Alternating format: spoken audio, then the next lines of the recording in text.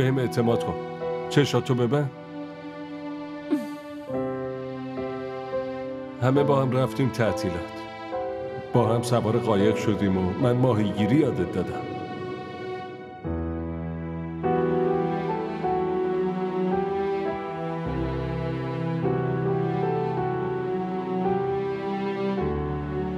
بعدش با هم خوابیدیم.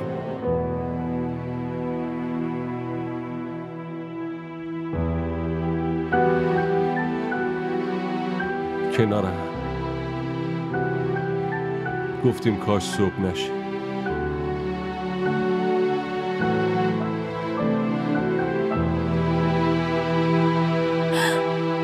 وایسا ببینم. خیال کردی داری چی کار میکنی؟